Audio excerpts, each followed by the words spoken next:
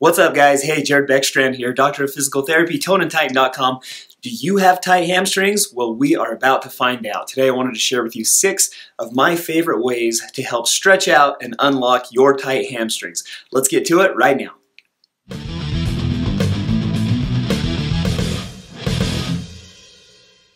All right, so tight hamstrings. It's a problem that a lot of us suffer from, but it's also a problem that can lead to bigger problems down the road. Your hamstrings play an important role in the health of your knee, in the health of your hip, and even up into your lower back, and I'll explain why in just a minute. And so it's important that we keep the hamstrings stretched out and maybe a little more pliable. Before I jump into that, though, I want to just say, hey, thank you so much for joining me today here on Tone and Tighten. If you haven't done so already, take this chance to subscribe to our channel. I try to share a lot of great physical therapy tips and rehab advice like this. You'll find some healthy workouts, some great recipes. My goal is to help you guys to become fitter and healthier. I hope you take the chance to subscribe to our channel. And so let's jump into it. Let's talk hamstrings for just a second. As a doctor, as a physical therapist, I love the anatomy behind this. It helps, I feel like it really helps me to understand kind of the how behind the why, to understand, why we're doing these things and not just kind of go through the motions. And so that being said, your anatomy lesson on your hamstrings, you've got 3 muscles that course down the back of your leg. That's your hamstring, kind of the back of the thigh right there. Again, there's 3 of them. All 3 of them originate right up here on what we would call your sits bone or your sitter bone. All 3 come down the back of the leg, cross the knee joint, and connect kind of right down here into the front, actually, of the tibia. And so that being said, your hamstring muscles cross 2 joints. They cross the knee in the back, and they also cross the hip in the back. And so when we think of hamstrings, when we think of muscle activation, we typically think, this is what hamstrings do, is they bend the knee. Well, because of that orientation, they actually also serve to extend the hip to a certain extent as well.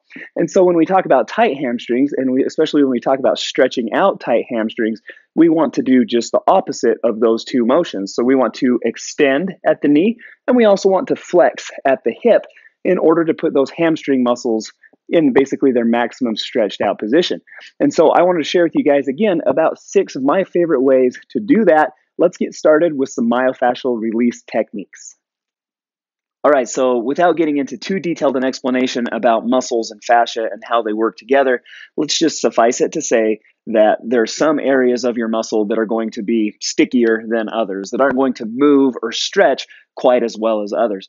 One way to address this stickiness or these areas of this limitation are going to be with some deep massage or with a myofascial release.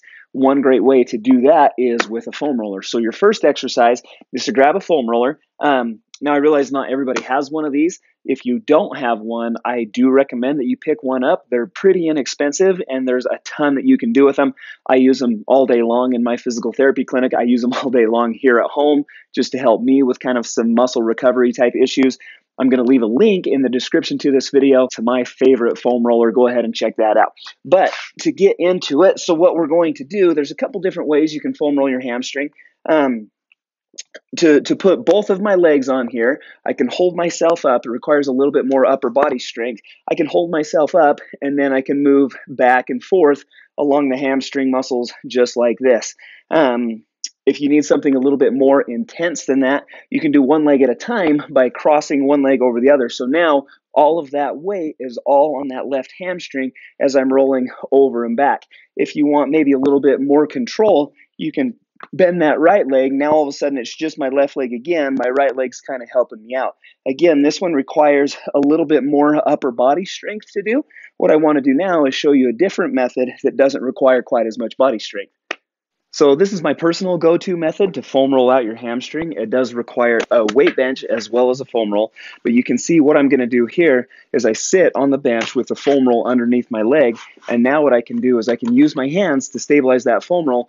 The left leg's underneath me, the right leg's out straight, and now what I can do is I can really get on this, and I can really kind of find and identify those areas where it's tight.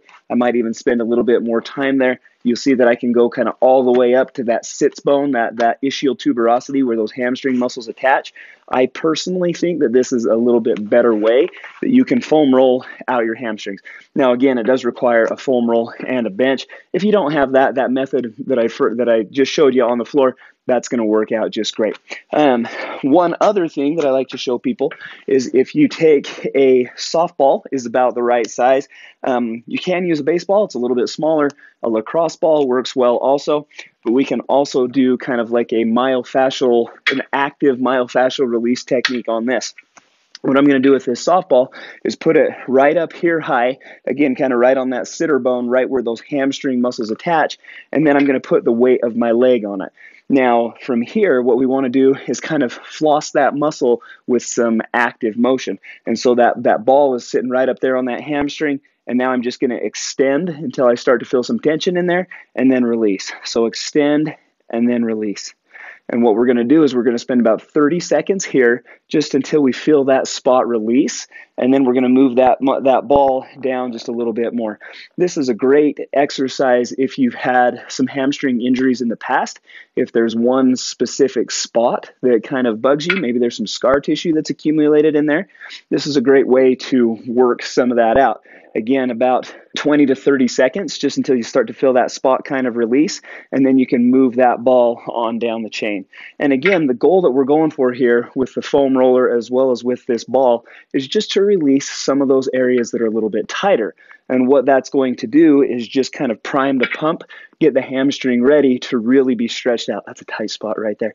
And so after we get that all released, after we've done the foam roller and kind of some of these release techniques, let me show you a few of my favorite hamstring stretches. All right, so for my next couple of stretches, I'm going to be using another one of my favorite home kind of rehab tools. This is called a stretch out strap.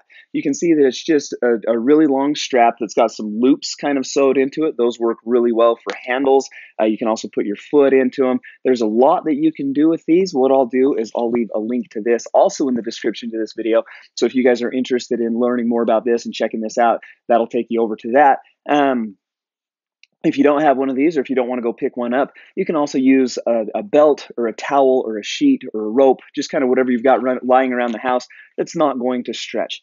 Okay, and so let's show you some of these stretches. The first one that I love is going to be in this position right here. You can get into this position on the edge of your bed. The kitchen table works well. Couches work okay. They're maybe a little bit low. Some people can get into that like this. But again, keeping in mind kind of the principles of that hamstring muscle, I want that leg fully extended. And then I also want some hip flexion. That's going to put that hip in a maximum stretch position. Now with my stretch out strap, I'm going to put that right around the edge of my foot, grab my handles here, and then what I'm going to do is just pull that foot towards me. Now, when I talk about stretching the hamstrings, I talk about stretching what we'd call the entire posterior chain, meaning I want you to feel a pull in your hamstrings, but down here in your calf, in the back of your knee, as well as up in your hamstrings. If we really want to maximize that stretch, you're going to sit up nice and straight. It's not going to be very good. You won't feel very much of a stretch if you sit like this. Sit up nice and tall, keep that tension there, and then what you're going to do is lean forward. And you guys, that totally gets it right on that spot. That really roasts that hamstring out. Again, you're going to feel it all the way along the back of the leg. Hold that for 20 seconds, and then repeat that 3 times. So about 60 seconds worth of stretching total. Now, if you can't get into this position, maybe if you have like some arthritis pain or something like that that's limiting your ability to fully extend your knee without a significant amount of pain, the stretch that I like to demonstrate in that situation would be on your back. And then what we're going to do is hinge at the hip. So again, I'm going to introduce this hip flexion position. With my hands, I'm going to grab right behind my thigh, and then I'm going to slowly passively extend through my knee just until I feel a stretch in that hamstring. And then that's the position that I want to hold for about 10 to 20 seconds. And so we're going to come down here. I'm going to passively extend. Again, that's extending out that hamstring. That's putting it on stretch. That's a pretty good stretch for me right there. Hold that for about a 10-second count, 20-second count. Come back down, and then we're going to get right back up into that position. Again, maybe a little bit easier if you can't tolerate that full kind of knee extended position. Another one of my favorites, if you can tolerate that full knee extended position, I'm going to get my stretch out strap again. I'm going to put that around my foot. Again, if you don't have one of these, a belt, towel, sheet, something like that works well. That's down around my foot. I'm going to lay down flat on my back again. And then as I pull on this, again, the knee is extended, so we know it's maximally stretched there. But then we're also introducing this hip extension as well. And then I can pull on that, and I can take it up just as far as I want it to go. So for me, that's actually a pretty good stretch right there. Try to keep your knee straight. Now, here's the thing that's cool about this stretch that I like to show people. If we come right up here, that's a pretty good stretch right behind my knee, just because I've got this hip flexion position and this knee extension position.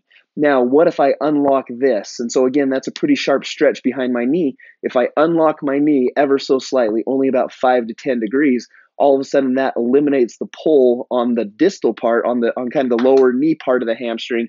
I can actually pull up further, and now that's the end range of my motion, but I feel that kind of up here higher in the hamstring. So I show people that depending on the amount of knee bend, so if I unlock that a little bit more, I can pull it up higher again, but now all of a sudden that's a little bit higher up in the hamstring. So if we introduce just a little bit of bend in your knee, if you're right here, if you're feeling it right behind your knee, you unlock it ever so slightly, and you can actually vary where you feel that stretch in your hamstring based on how much you release that distal attachment or how much of that subtle knee bend that you introduce.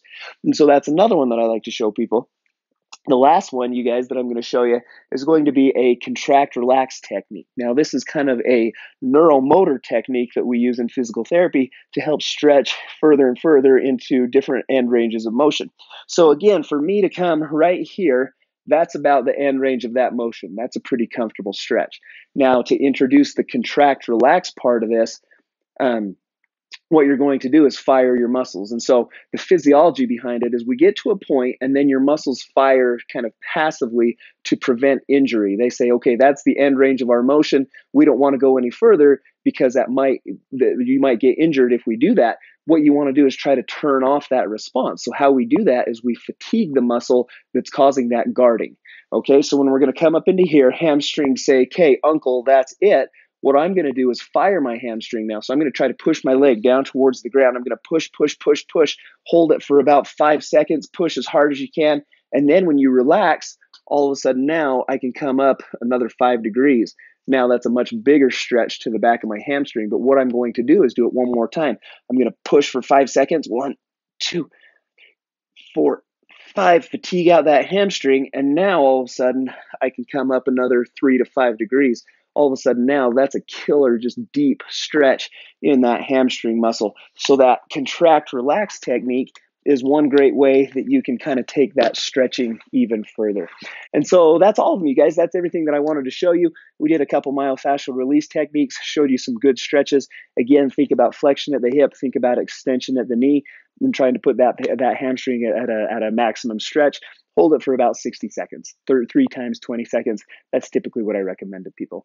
Hey, you guys, I hope you found this helpful. If you did, go ahead and hit that thumbs up button down below. And thank you so much for those likes in advance. Also, if you know anybody who might benefit from this information, maybe you know somebody who's got some tight hammies, go ahead and share it with them. So there's a button down below. It says you can share. You put it on Facebook, put it on Twitter, wherever you guys want to share it. That would be great. Thanks for getting the love out there for me. If you haven't done so already, please subscribe to Tone and Tighten. Again, I like to think it's a good channel. My goal is to help you guys with your health and fitness needs. If you have any comments about this video or suggestions for future videos, leave me a comment down below and I'll get that as soon as I can. Till next time, you guys, thanks for watching and we'll see you right back here on Tone and Tighten.